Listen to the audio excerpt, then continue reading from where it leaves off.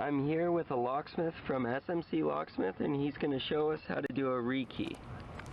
Okay, so first we need to open the lock. So first of all, we're gonna take the pin from the back of the lock. We're gonna take the pick outside.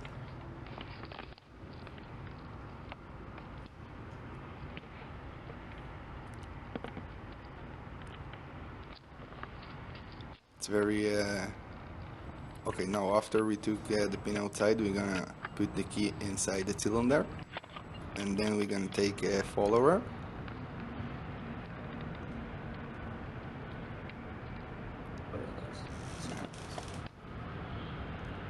This all it's the pins that we put in the cylinder.